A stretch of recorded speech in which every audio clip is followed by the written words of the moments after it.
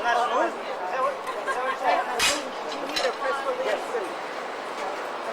I watch the TV set, some man, a president, he's bringing up the national debts, face our corporate presidents. Hey, lolly, lolly, hey, lolly, lolly, hey, lolly, lolly, hey, lolly, lolly,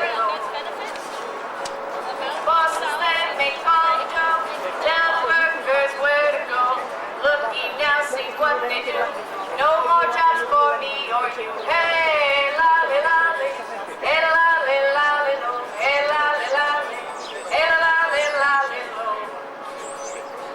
there ain't no war unless there's greed, less of both is what we need. All the bosses, kids don't go, just the lower class so-and-sos. Hey, lolly, lolly, hey, lolly, lolly, hey, lolly, lolly, hey, lolly, lolly, peace and justice shall prevail. Book your lifetime ocean sail. What you say, I've got the bread. Stay and work until you're dead. Hey, lolly, lolly, hey, lolly, lolly, hey, lolly, lolly, hey, lolly, lolly, you may think that I am wrong. Here's the truth right in the song. Sing it with me right along, 'cause I'm gonna sing it right downtown. Hey, lolly, lolly, hey, lolly, lolly, hey, lolly, lolly, hey, lolly, lolly, sing it on the Senate steps, sing it loud, blow up their caps, let them know we have no fear. Freedom's spell is far too dear. Hey, lolly, lolly, hey, lolly, lolly, hey, lolly, lolly, hey, lolly, lolly, peace and justice is what we need.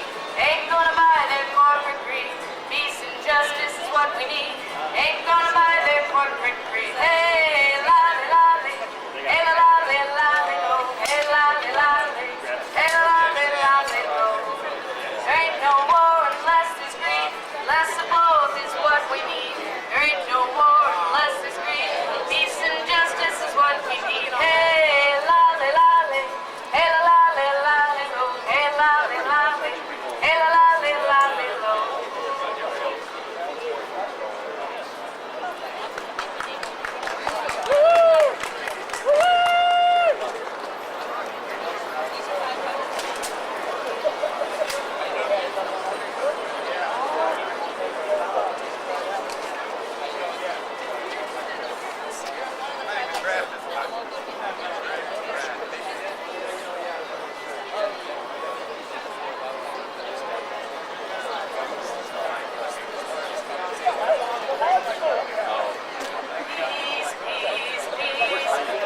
wars must end and wars must cease. We must learn to live together. We need peace. 1, 2, 3, 4. Everybody's talking about peace and war and love and hate, here and there and everywhere, and we need peace. Peace, peace, peace, peace. Wars must end and wars must cease. We must learn to live together. We need peace. Everybody's talking about Afghanistan and Pakistan, Kyrgyzstan. Here I stand, there you stand, there we stand, and we need peace. Peace, peace, peace, peace. Wars must end and wars must cease. We must learn to live together. We need peace. Everybody's talking about New York, Macon, Bethlehem. Let 'em in, keep 'em out. Hear me shout, stand and shout. We need peace. Peace, peace, peace, peace. Wars must end and wars must cease. We must learn to live together. We need peace. I love you, you love me. We're all one big family. Brothers, sisters, mothers, fathers, round and round the circle goes, and we need peace. Peace, peace, peace, peace. Wars must end and wars must cease. We must learn to live together. We need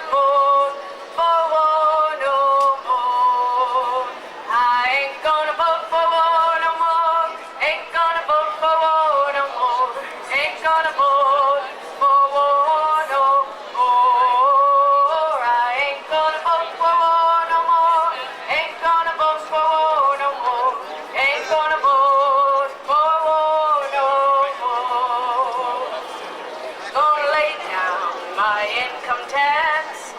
Down by the riverside, down by the riverside, down by the riverside, gonna lay down my income tax. Down by the riverside and pay for war no more. I ain't gonna pay for war no more.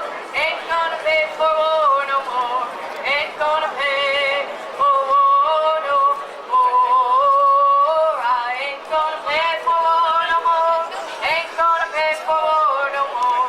Ain't gonna pay for war no more. Gonna join hands with everyone down by the riverside, down by the riverside, down by the riverside. Gonna join hands with everyone down by the riverside and study war no more. I ain't gonna study war no more. Ain't gonna study war no more. Ain't gonna study war no more. I ain't gonna study war no more. Ain't gonna study war no more. Ain't gonna study war no more.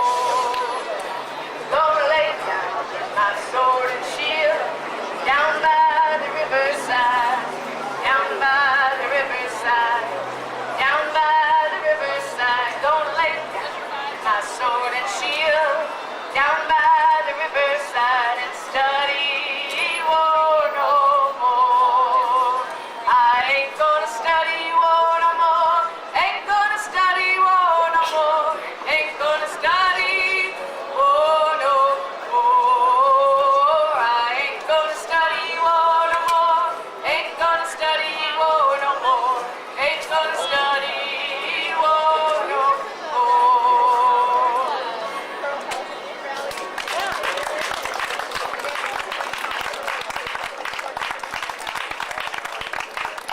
Thank you. This land is your land. This land is my land. From California to New York Island. From the Redwood Forest to the Gulf Stream waters. This land was made for you and me. As I went walking that riven up highway, I saw above me an endless skyway. I saw below me night golden valley. This land was made for you and me. This land is your land. This land is my land. From California to the New York Islands. From the Redwood Forest to the Gulf Stream waters. We're lucky we get one. This land was You made think that'll for work you with and me. Oh yeah. I've roamed and What about a rambled. speaker over there? I followed my footsteps to the sparkling sands of her diamond desert, and all around me a voice was sounding. I like these. This land was made for you and me. This land is your land. This land is my land. From California to the New York Islands. From the Redwood Forest to the Gulf Stream waters. This land was made for you and me.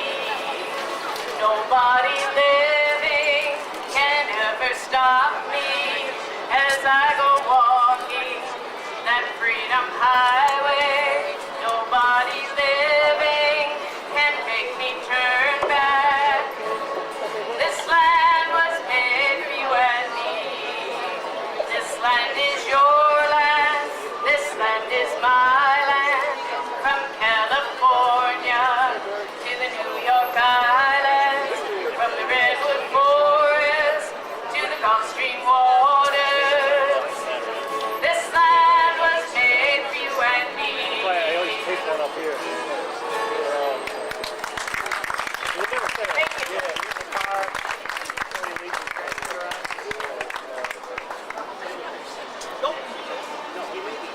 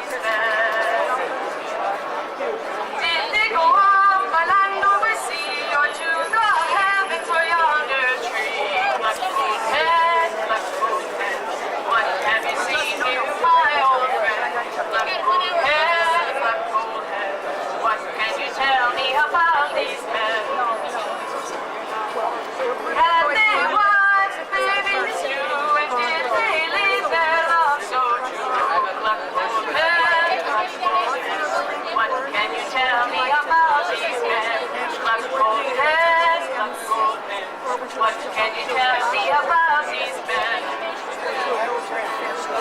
You've seen them come, you've seen them go. You have the answers, this I know. Black gold head, black gold head. What can you tell me about these men? Black gold head, black gold head. What have you seen here, my old friend? Will they dance and sing once more when they meet again at heaven's door? Black gold head, black gold head. What have you seen here, my old friend? Black gold head, black gold head. What can you tell me about these men?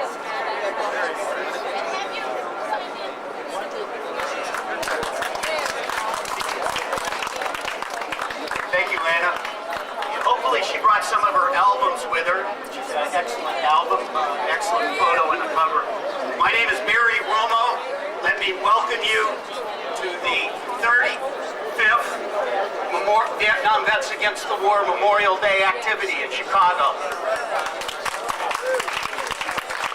There was a time in the 80s when not even the traditional vets organizations held events, and we still did. It's not something new for us to stand up and talk about war and peace, and now is the time when we're going to do it. We're seeing new people come forward, but we're also seeing a Republican administration that is refusing to treat its veterans decently. Here it is, Memorial Day weekend, and the Republicans in the House win by one vote, and that vote by Dennis Haster, who had to step down from the speakers to not give a 15% increase in VA money. The Republicans said, oh, we can cut it from other areas. If you're going to fight a war, you're going to help a vet. The only time they care about us is on Memorial Days when they're putting wreaths on our graves, but if they have to spend a dime to keep us alive or to keep us sane, they don't want it on TV. Can anything be more unpatriotic than not showing the men and women who have died on television? And when one channel has the guts to do it at night, they're attacked as an anti-war news program. Well, in a certain sense, it is anti-war, because it makes people realize what the cost is across the country when they put a name and an age and a face on the people that are dying. First person that's going to speak is an old friend, David Curry. He's a national staff person. Dave was a captain in counterintelligence in Vietnam and wore civilian clothes instead of uniform, and has been getting his head beat for belonging to VVAW for 30-some years. And Dave Curry.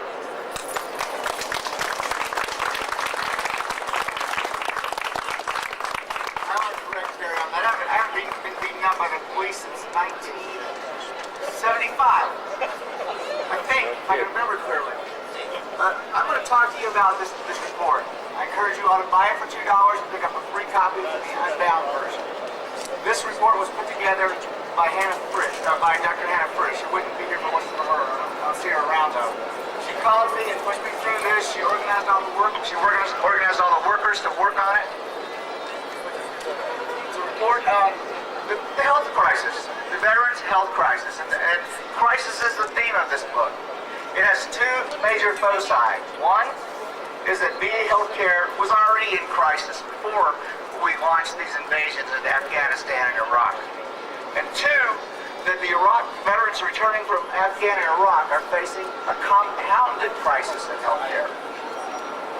From the outset, President Bush has promised to give VA care. I remember once he spoke to the American Legion at a national meeting, he said, we're giving more money to the veterans of this country, we're proposing more money to the veterans of this country than any administration has in the history of the United States. He didn't say whether that was counting inflation or not, but what he did was, piece by piece, he's gotten rid of the things that were passed by Congress. He's carefully eliminated from the budgets. And his Republican allies have eliminated from the budget. So health care is promised and it's not given. A perfect example would be the $87 billion that was passed as an emergency measure to support the Iraq War and the Afghan War. Inside that $87 billion was $275 billion. And if I get the numbers right, check the book. The book is very well referenced thanks to Hannah's encouragement and hard work. And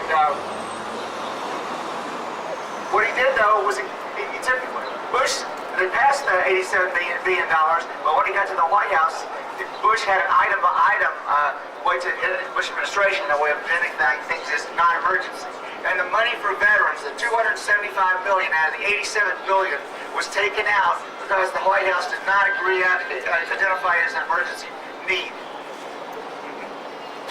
In 2005, now that the election's over, the administration was a little more direct. They proposed cutting Veterans Administration by $844 million. We know they're about the hospital closings. You can look them up. They're well referenced too. But the waiting list. Bush promised that he was going to streamline the VA. Of course, he hadn't counted on these wars getting in the way since he hadn't planned them at all. Never did plan them. And they're going on as if they were unplanned. In 2000, there were 278,334 veterans waiting to have their cases reviewed by the VA. And it's important to know that 250,000 of those were Gulf War I veterans. And many of those people's claims have now been dismissed systematically. But now in 2004, so the wait line is bigger, but 325,497 veterans waiting to have their claims evaluated. But these are a lot of these are new vets since old vets were turned away. Now veterans it's been added, if you have a job at all, anything that's above $20,000 or $30,000, depending on how many dependents you have to pay $250 registration each year for your veterans health care, which there's a lot of people who really can't spare that. Also, you have to pay a copay on all your medical and pharmaceutical benefits. That's new. Finally, the VA in 2002 decided that they were going to stop this outreach. Back when I got back from Vietnam, there was a thing called the Veterans Outreach Centers. I worked at one. I still work with people who are in charge of one. A few of them left. Many of them were gone. But what the VA said in this memorandum, the VA Undersecretary of Health Operations, that we have to ensure, this quote, no marketing to enroll new veterans. A Harvard study shows that 1.7 million veterans had no health care in 2000. Now that number has gone up 13% by 2004. Another New England Journal of Medicine article pointed out there's a shortage of surgeons here for treating the casualties as they come out of Iraq and Afghanistan. And somehow we have to be challenged to make our country come up with enough surgeons and enough people to treat our veterans. They were physically wounded. As one person from the VA said, the healthcare system has been overwhelmed by the scope and severity of the injuries in Iraq and Afghanistan. Even though we know that over 1,600 young men and women have been killed in Iraq and over 12,000 have been wounded, there's another statistic that the VA did release to its Committee of Congress of 85,000 Iraq and Afghanistan vets have actually applied and filed claims for health care from the Veterans Affairs. Compared to Gulf War I, the same report said the number of wounded is 20 times as high as it was in Gulf War I. What's happened, we've improved technology to keep these people alive and get them off the battlefield, often send them back onto the battlefield after they're stitched up. But we don't have we're just accumulating this incredible group of people with needs. And what's happening, remember Gulf War I? the mysterious Gulf War syndrome? They kept saying it's a mystery disease we don't understand, so we can't really deal with it because we don't know what's causing it. Well, since then, they've discovered where the source of Gulf War syndrome. It's depleted uranium. Depleted uranium is a substance that if a round is coated with it, it burns right through armor. So it's a very valuable thing, like any kind of armored personnel carrier, vehicle for sure will go right through a vehicle, most of our rounds wouldn't before. There's only one problem with depleted uranium rounds.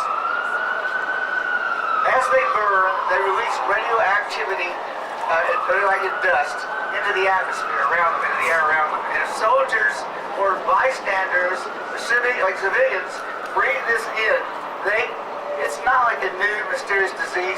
It's plain old radioactive poisoning, which we all knew was a problem for a long time, since the invention of radioactivity and atomic power.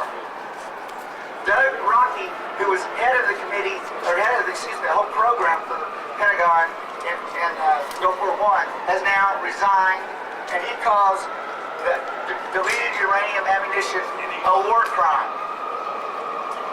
Many states are passing motions to test there's DU victims as servicemen come back, but actually the federal government has taken no stand on dealing with depleted uranium. So that's it. A crisis that was already here, and a crisis that's getting worse. I feel very strongly, and this is aside from the veterans' conditions, that we can't deal with the veterans' needs until we end the war, bring them home, and treat them and heal them of what the government has done to them.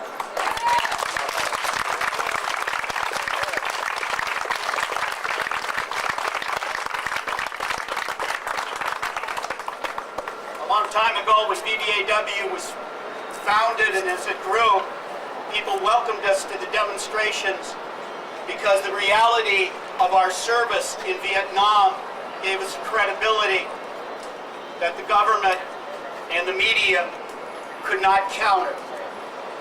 When you read this issue of the paper, make sure you see the articles on Iraq veterans against the war, and make sure that you start supporting the organization Iraq Vets Against the War, just like you've been supporting us for 3 decades.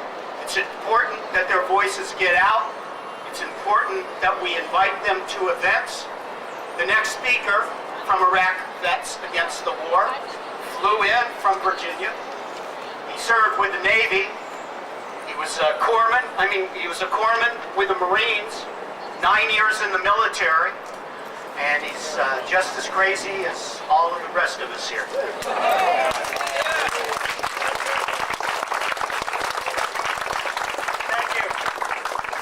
Thank you. Today at Backyard Barbecues and family gatherings around this great nation, glasses will be raised in honor of the millions of Americans that sacrificed their lives on the battlefields around the world. We'll remember our grandfathers in World War II. We'll remember our fathers in Vietnam.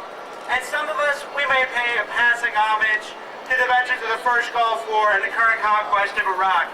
But this, the third Veterans Day of this horrible, senseless, terrible war, is different. It's different because my brothers and sisters in arms are fighting, killing, and dying on those sands every day. But it's also different because this war is different. This is not a war that was fought as a last resort to defend freedom in a world gone mad. This is a war of conquest that was fought out of expedience and greed. And 1,700 of my brothers and sisters in arms have paid the price with their lives. Their families have paid a heavy price. Their children will never get to see them again. And unfortunately, this tragedy is only half the story. 12,000 of us have come home horribly, physically scarred, and will have to live with that for the rest of our lives. Countless others of us, like myself, will continue to live with the demons of terrible deeds done in a senseless and unjust war, half a world away, by sensible, normal people.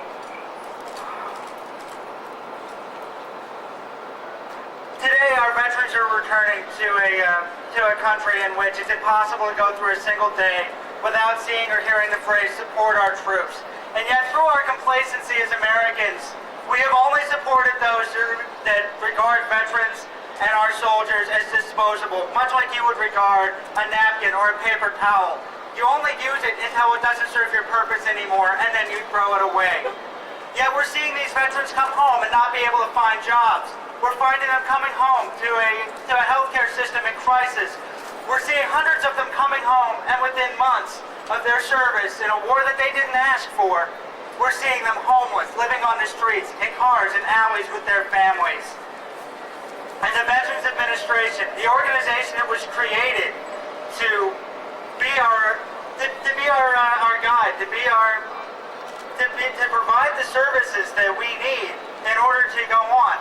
The organization that we know can be the difference between a veteran living a full and productive life as a member of society, or a veteran sadly slipping into the realm of substance use and abuse and depression, and living alone with the demons of post-traumatic stress disorder, and becoming a drain on a system that is already in crisis.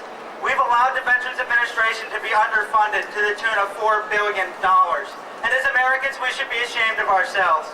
We should be ashamed of ourselves because we have allowed our government to be hijacked by people who do view us as disposable. We should be ashamed of ourselves because we have allowed a war of conquest to be fought in our names.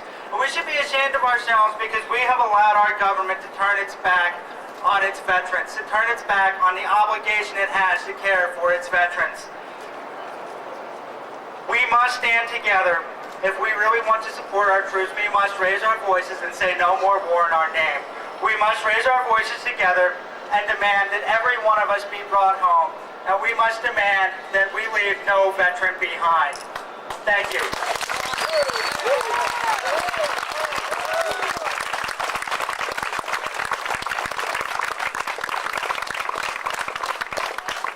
And of course, as I reach senility, I forgot to tell you his name. It's Charles Anderson. He's a Southern Regional Coordinator for Iraq Veterans Against the War. All right.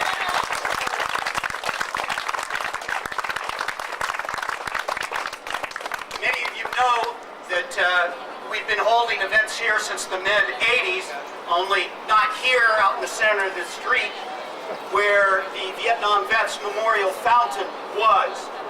And we want to remind people that in the city that works with the mayor daily, we are the only city in the country, probably the world, who loses a war monument. They took it down when they were fixing Lower and Upper Wacker Drive. They promised us it would be back, and then they couldn't find it. And at first they said there was no such memorial. And then because some of the newspaper people picked it up, they said, well, we can't find it. We're going to build a new memorial down here by the river where no one can see it. Well, we're not opposed to a memorial to veterans on every damn corner of every city of this country. But that is not a replacement for that. And just like Daley didn't know about Duff pretending he was a black woman,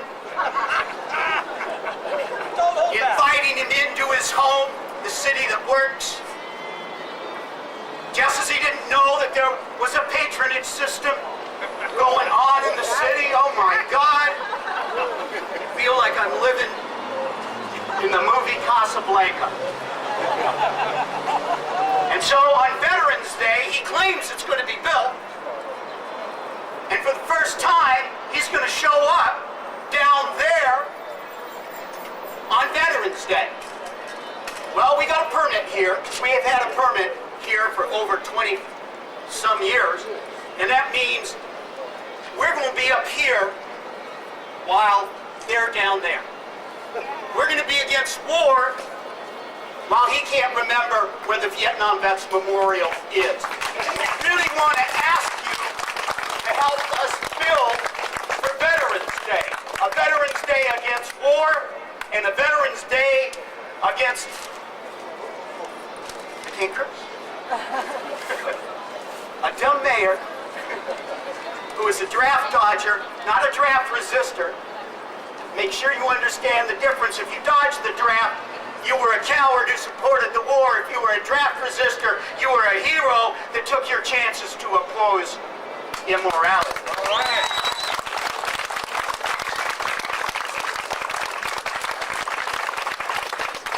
The two next speakers have become good friends. They're friends to the peace movement as well as VVAW. They're from military families. Speak out. In the book, A Pharaoh's Army, the writer wrote, as he was riding on the way to the air base out of the Oakland terminal, about how there were lights that stopped the bus as he was going to Vietnam, and it ended up being the fathers of all those young men. And then he said it was a dream, and he went on to Vietnam. But why weren't those fathers stopping their children from being sent to that war? Paul Vogel had the guts as a civilian to go to Iraq and visit his son in his military unit. I wouldn't go to Iraq. And so, besides the many other things that he's done and been involved in and has been doing, put his life on the line in terms of speaking out for peace. So, he has an announcement to make. Paul?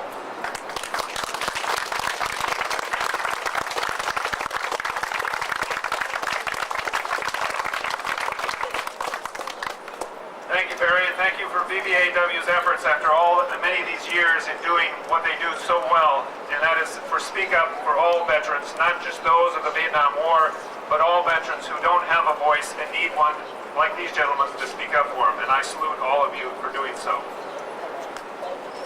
Before I have an announcement, I would like really just to, in the spirit of today, Memorial Day, ask for a moment of silence to remember one of the soldiers from my son's unit in Iraq, the 652nd, which is the Army Reserve unit he served for a year in Iraq with. And to remember one name, the name that got me started in wanting to speak out and stand up for what's wrong about this war and look out and try to serve what's right about what this country can do against war. Sergeant Dan Gabrielson was the first casualty of 4 of my son's unit in Bakuba, Iraq. He was a 39-year-old father of 3. His truck was hit by an RPG round in June of 2003. And so let us remember all the Dan Gabrielsons that have happened in this Iraq war, and how, sadly, how many more are going to be coming in this war unless we all start saying something and speaking up. So join me in just a moment of silence for all our Iraqi casualties.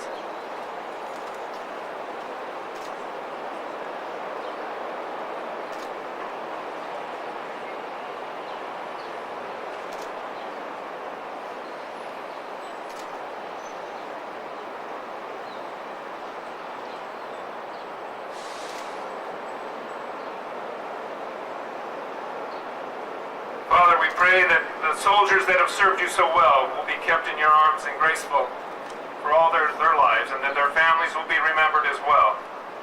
Let us all think of them as we go about our lives, and think of ways that we can help and bring an end to this war. As Charles told you before, this government, this administration does think of people as expendable. Use them and abuse them and then forget them. Or as Don Rumsfeld says, they're fungible. That is a disgusting term, but it's a term that he used quite readily in the early start of the war. They're fungible. Well, we don't believe our kids are fungible.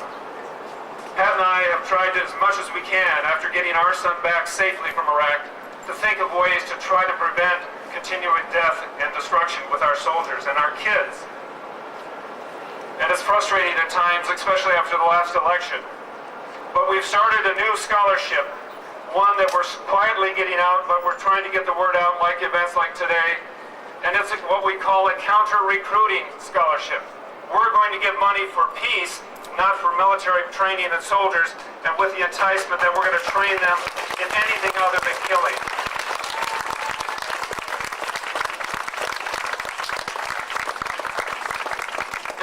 a modest amount that we can start out with, but we hope as people realize this is one way that they can support an effort against what our military is trying to do to our kids, that we will build momentum and have more money to give to kids. So we're happy to be able to do some small step in trying to announce what we call the Plowshare Scholarship. And yes, it has a biblical tone to it. I'm not perfect in the quoting of the passage, but it's, in some ways it says they shall turn swords into plowshares. And that's exactly what we hope to do. And if you need information, please don't hesitate to contact me or VVAW. I will have more information about this scholarship. And we want all high schoolers who are interested in refusing to be part of this military recruitment effort to speak to us. Thank you very much.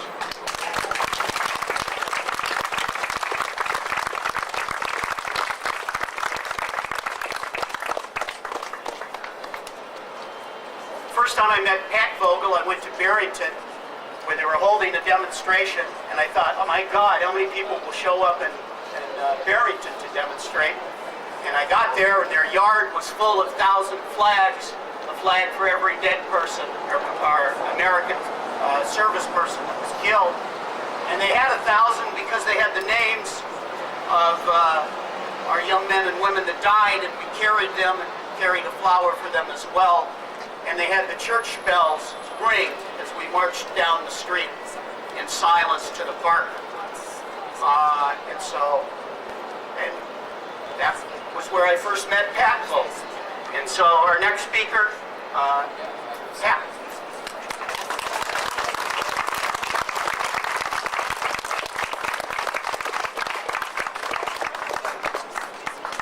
Thank you, Barry.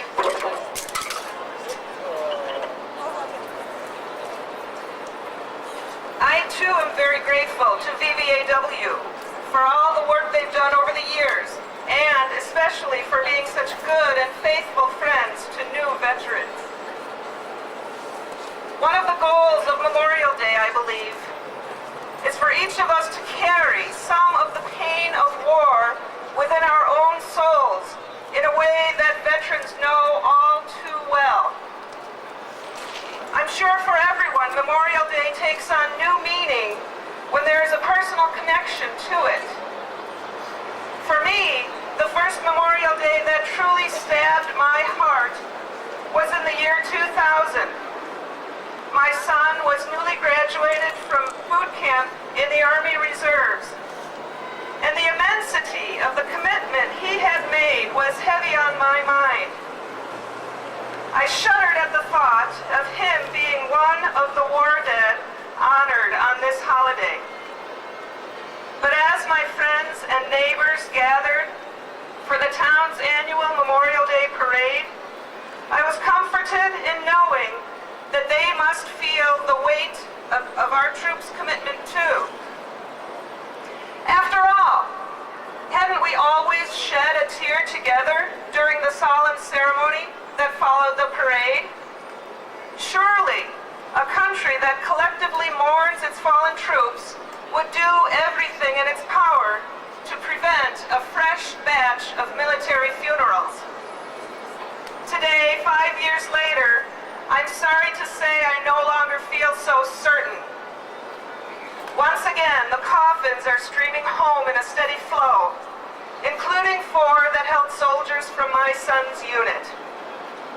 Somewhere along the way, following President Bush's lead, sincere regret for loss of life has been replaced far too often by empty flag waving and foolish rhetoric glorifying war.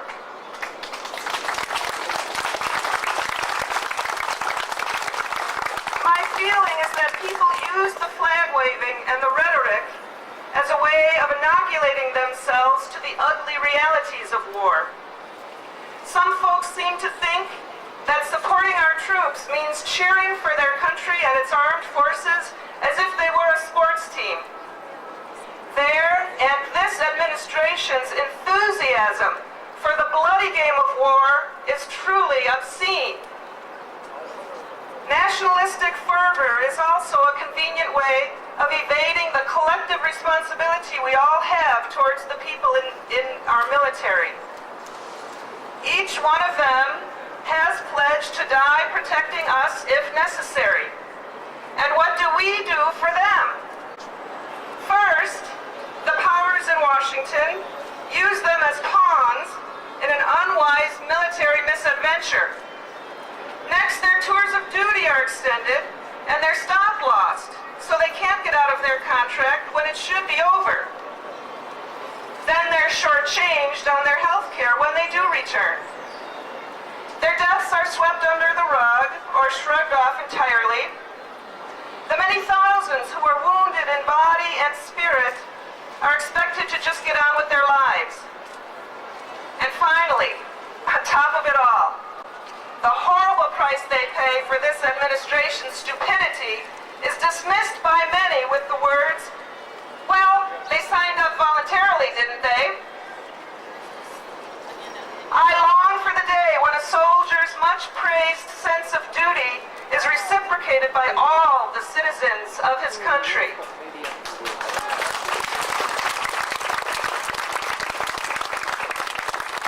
It is my hope and prayer that on future Memorial Days, there will be more than just the shedding of the tears.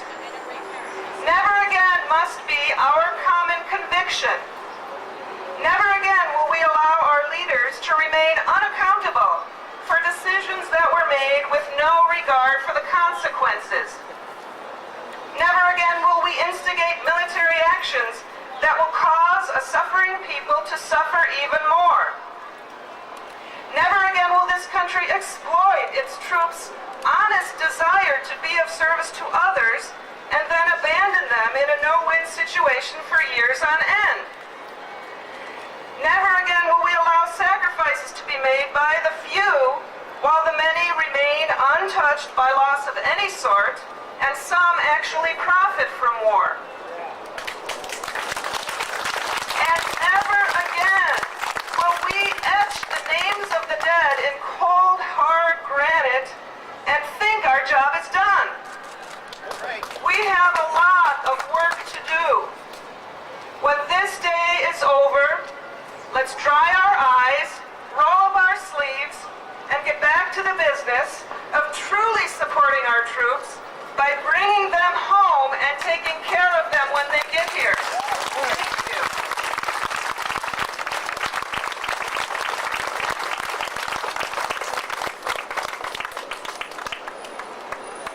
VVAW started a military counseling project, and we were lucky to sucker in an incredibly good man into working part-time, but actually he works overtime all the time. So our military counselor, Parrish.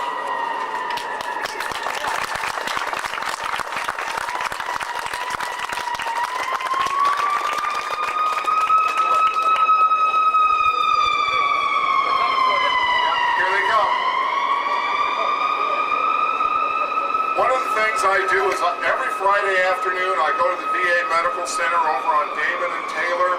I call that my office hours. I work with a group there called the Veteran Strike Force 1. Some of you from Chicago might have been looking in the newspapers the past few months and noticing articles about VA disability claims here in Illinois being the lowest in the country. The regional office here just doesn't seem to be able to find it in their hearts to grant disability claims. The reporter who did that started calling Barry and I a year ago. She had it in her to make the phone calls to us and find out what was going on. She had it in her to ask for the Freedom of Information Act and get the data she needed to make the stories. She had it in her to convince the editors that this is a series that needed to be pursued. If it wasn't for VVAW and it's just being around, there would have been nobody for her to call. If it weren't for all of you dipping into your pockets and contributing to VVAW to pay my salary, we wouldn't have been able to give her the details and give her the people that she needed to talk to find out exactly what's going on with veterans here in Illinois. We have made a difference in the lives of thousands of veterans just by being here and by being loud and insistent. We're never going to shut up.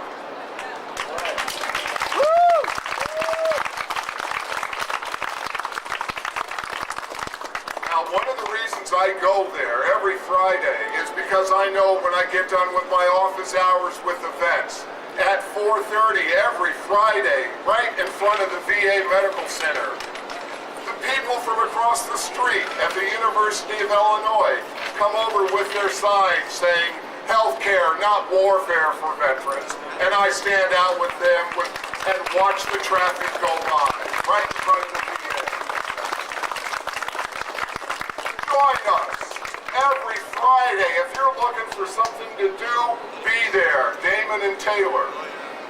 Another thing that's going on is we all are going out to high schools, trying to deliver the message, trying to get the truth out to young people before they make that decision to go in. So we work with the Committee Opposed to Militarism of Youth here in Chicago. And of course that's initials, and it comes out, we're all commies. Well, that's fine. Maybe they'll pay attention. And we're having a training session, June 11th.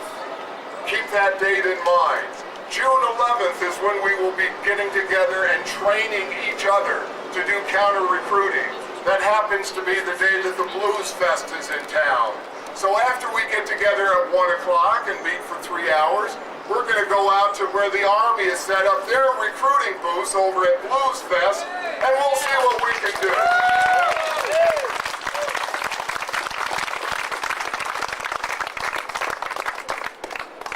I have been making speeches all over this city and area for several weeks now. This past week, I went and I talked to a group of people about this problem with VA claims, and at the end of the speech, they wanted to know what they could do. And I said, well, the first thing I'm doing is I'm getting a copy of the VA benefits manual from the National Veterans Legal Services Program, because people here in Illinois seem to have never seen it. And I want to get a copy of that and go and show it to people and say, this is how we can make a difference in the lives of veterans.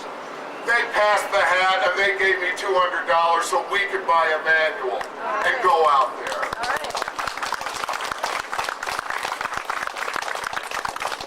So who were these people, huh? Well, they call themselves the Niles Township Meetup of the Independent Democrat Network. These are the old Kerry people.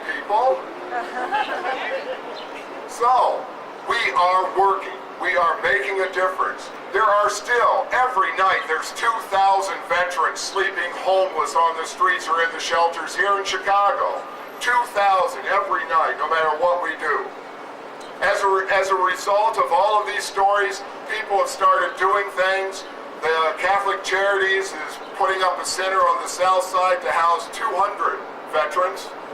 But unfortunately, they just can't find the money to provide care for mentally ill veterans. Post-traumatic stress disorder is the reason all those guys are in the shelters. It's the reason they're homeless. And we can't find the money to do what needs to be done for them. We're going to have to do it ourselves. We are going to have to set up a mental health system independent of the Veterans Administration, independent of all the other existing systems that are set up, because it's not working. If it was working, we wouldn't have those guys sleeping out there. So, as I end my rant, I want to let you all know that the one thing that unites all of us veterans that I hear repeatedly when I go over to the VA center and they look at the letters that they get from the VA, I hear them expressing themselves the best way that I know how. Join me.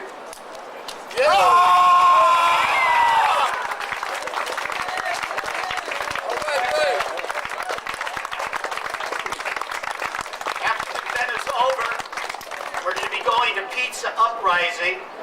It's real easy. It's at the corner of Grand and Western. It's about 24:33, I think, if my addled brain can 2467. 24:67, Pizza Uprising.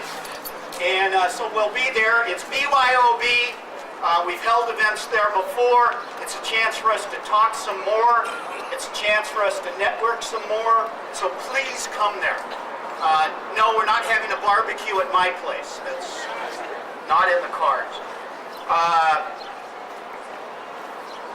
I went to a demonstration and saw a whole bunch of women in pink, and I thought, how great. Every movement throws up something that's a little inspirational, a little original, and a whole lot of fun. And it's really important that these new organizations be supported, and especially important for a women's organization. And so today we are very lucky to have Ronnie Areola and her young daughter here to speak to us from Code Peak. Good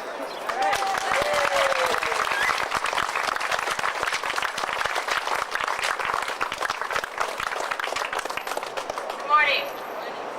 Thank you very much for inviting me and Code Peak to speak. My name is Ronnie Areola, and I'm here to speak on behalf of Code Peak. And that's my daughter Elizabeth.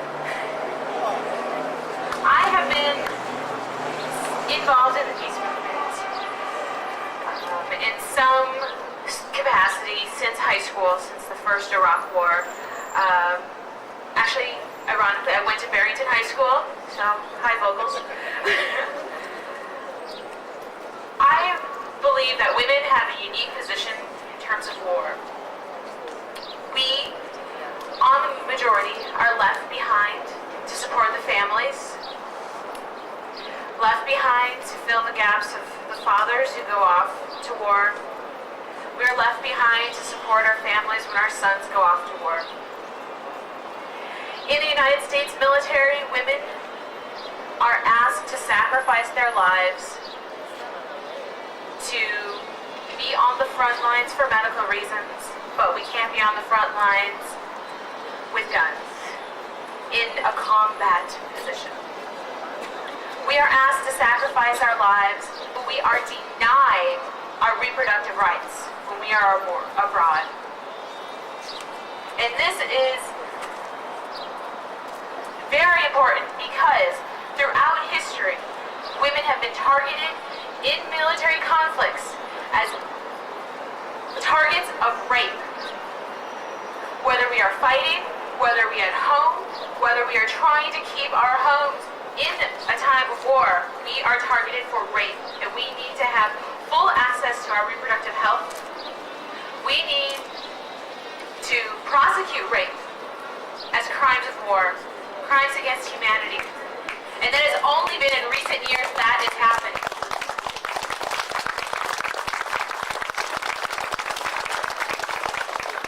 Women are targeted and forced to carry their rapist child, because then it brings shame to families. When the Red Cross tries to help women who are in military conflict areas who have been raped, anti-abortion forces rise up against that and say that is wrong. What is wrong is rape. What is wrong is war.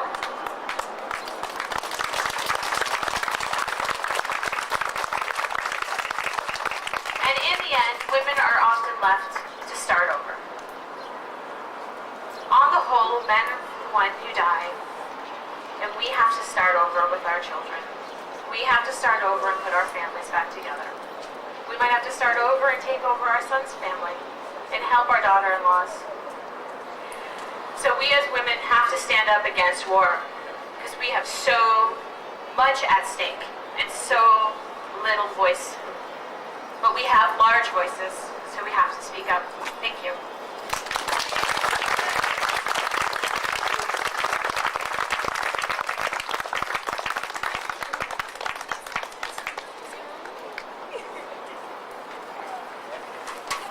Thank you, Ronnie. Teaching, I think, is the most important profession anywhere.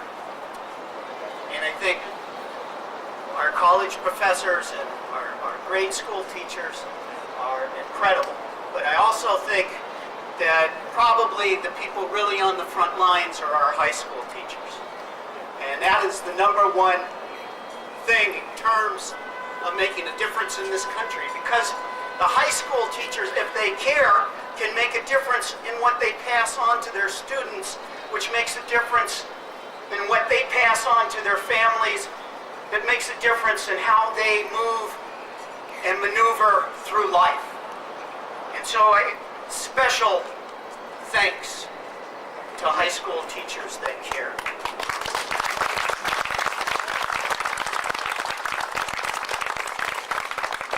There's a number of them here, but we're going to have one speak. I've known Jackson Potter since he was a baby, and he grew up right, and he grew up and got an education, and he grew up and he started teaching in Inglewood, and he got his teaching degree, and he's teaching now at Inglewood High.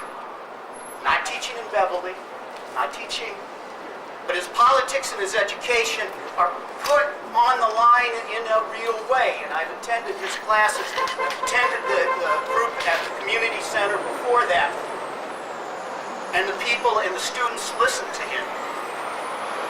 And he was lucky enough to invite me, or I was lucky enough to be invited to his class to speak and meet him and his students, a whole bunch of ROTC people at Inglewood High. And we asked him to give a speech today. But again, a man who doesn't just talk, but a person who does something about it.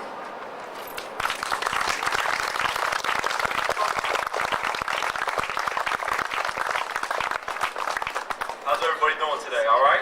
Nice day, finally. I don't know if you saw the McNeil-Lair News Hour a couple weeks ago, but those were my classes Barry came to speak to. And when I became a teacher, I figured my days of being called down to the principal's office were over. But thanks to Barry and Hannah, not quite. So I was called down shortly after the airing of the program. The ROTC brass in the city were quite upset, had gone above my principal in the chain of authority to condemn me as furthering my political agenda. And my answer was, you're damn straight. You know, if I can get Latoyia would stand up, if I can get Latoyia into college, instead of coming home with physical and mental scars and not at all, that's what I'm going to do. There's nothing to be ashamed of in that.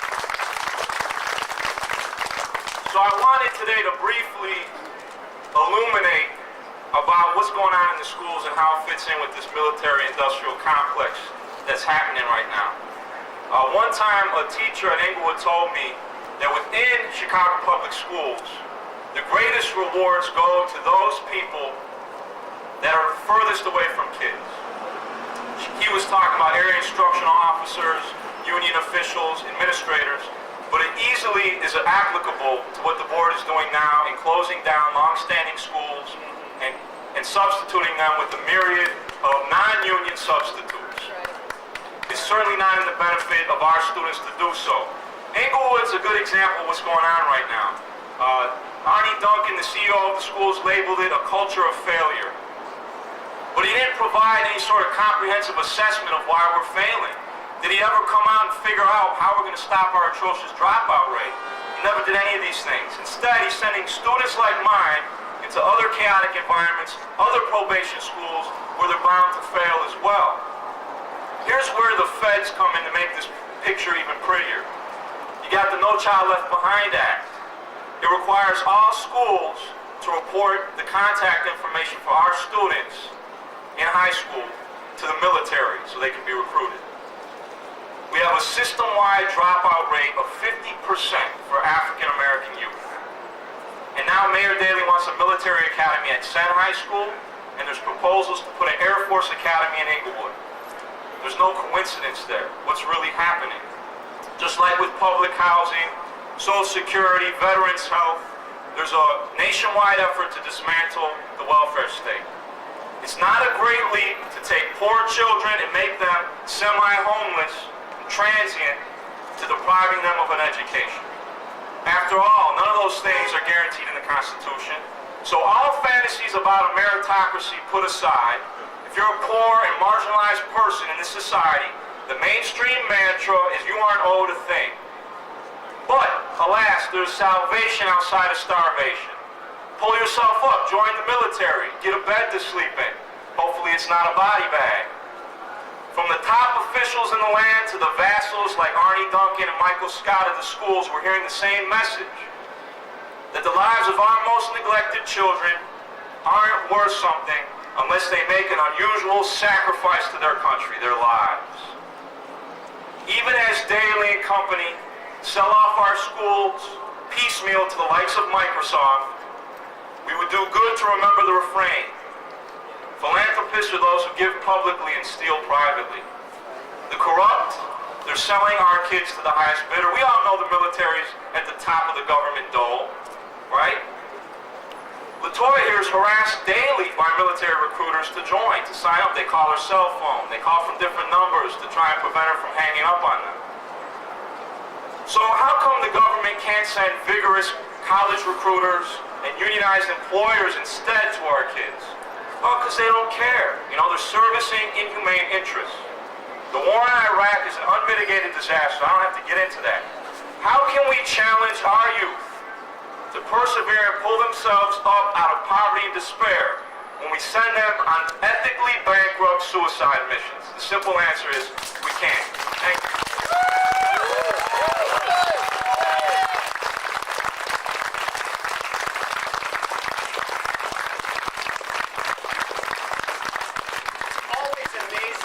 The ROTC and the recruiters are afraid of us. ROTC gets them 5 days a week, all day long.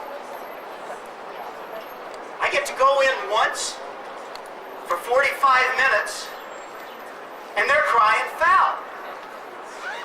The thing is, 45 minutes can sometimes be enough to stop a young person from going in, and they know it and they're desperate. Thanks, Jackson, for doing what you do.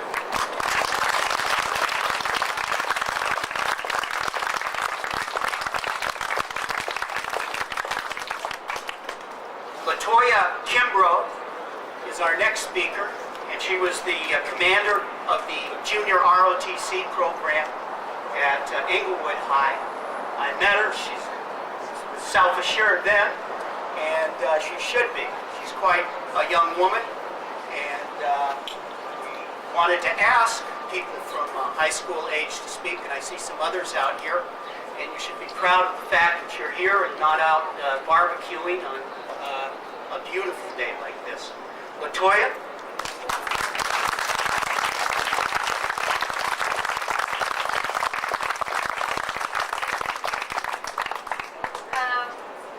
As you all know, my name is Latoyia Kimbrough, and I'm currently a graduating senior at Englewood High School. I was asked to speak here today to tell you a little bit about my experience with the military recruiters and my views about the Iraq War. I'm in the JRTC program at Englewood, and I wanted to participate in JRTC because ever since I was little, I was interested in the military. My father was in the Navy, so I was interested in the military. I had always planned on joining the military. However, I don't plan on joining anytime soon while President Bush is in office. But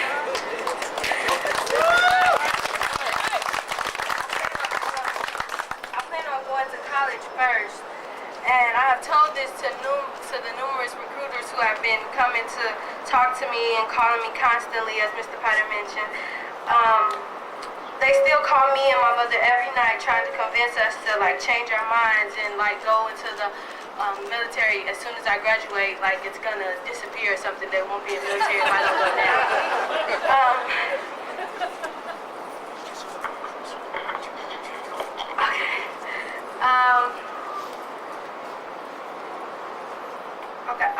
I don't want to go into the military now because I'm very much against the war. I believe it's very senseless. I believe it America was tricked into going into the war because everybody was upset about what happened on 9/11. They wanted to go and protect their war, to protect their country. But so we go over there now, and we bombed their country, we destroyed their country, but now we're sending billions of dollars to go back over there and fix what we destroyed. It's very senseless and pointless. I don't know why we're doing that.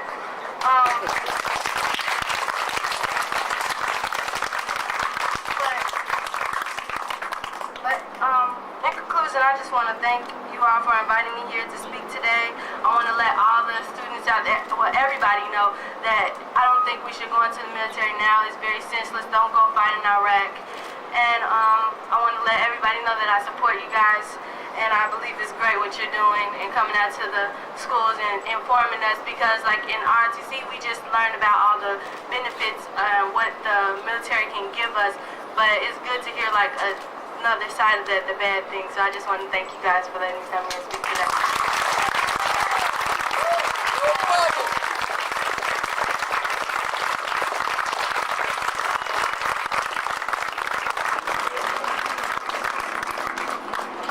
Just a couple more things. Don't forget, Pizza Uprising, 2467.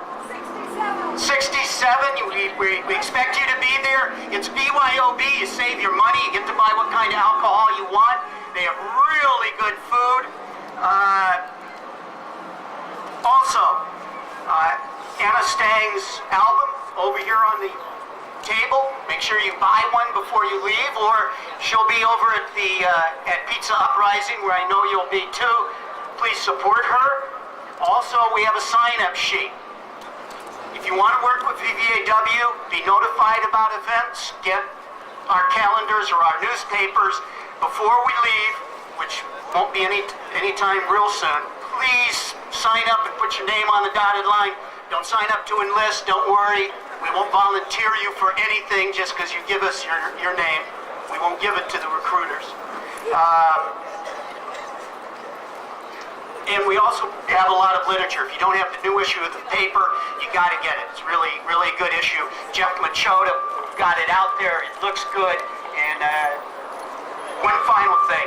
We have a lot of flowers, and the way we normally end our events is we would have a fountain back here, but Daly hates us, and so the fountain is covered up.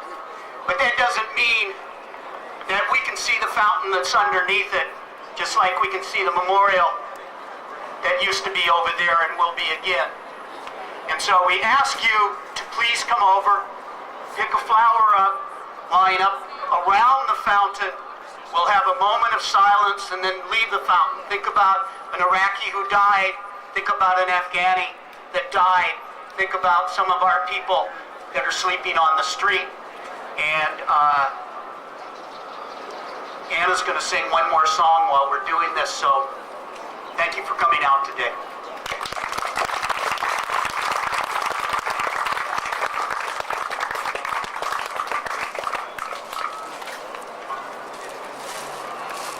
Last night I had the strangest dream I'd never dreamed before. I dreamed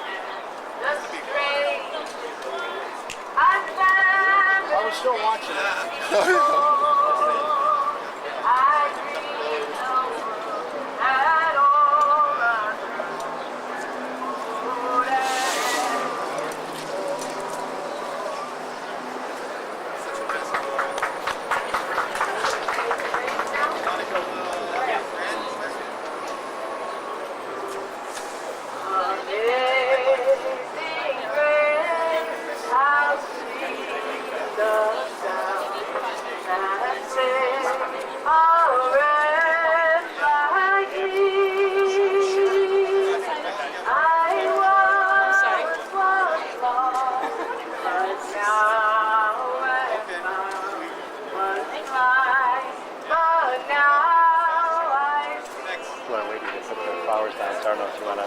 was great. I'm gonna wait till she's done singing. And all of my heart and great my fear relieved. How precious is that grace of the hour I first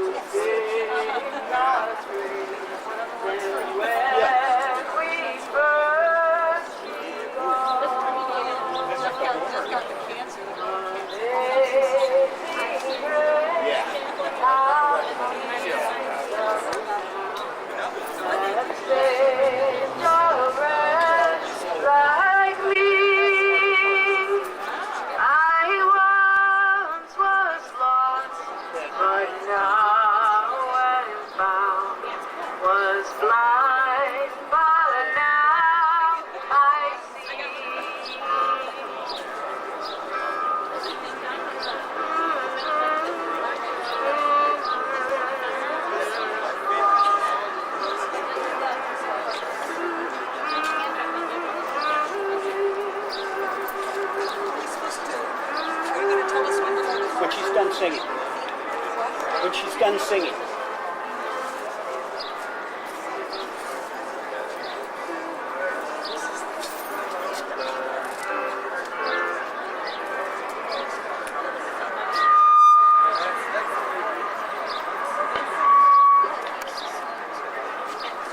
Thank you, and thank you, Anna, and just 10 seconds of silence, and put your flower down, and we'll see you at Pizza Uprising.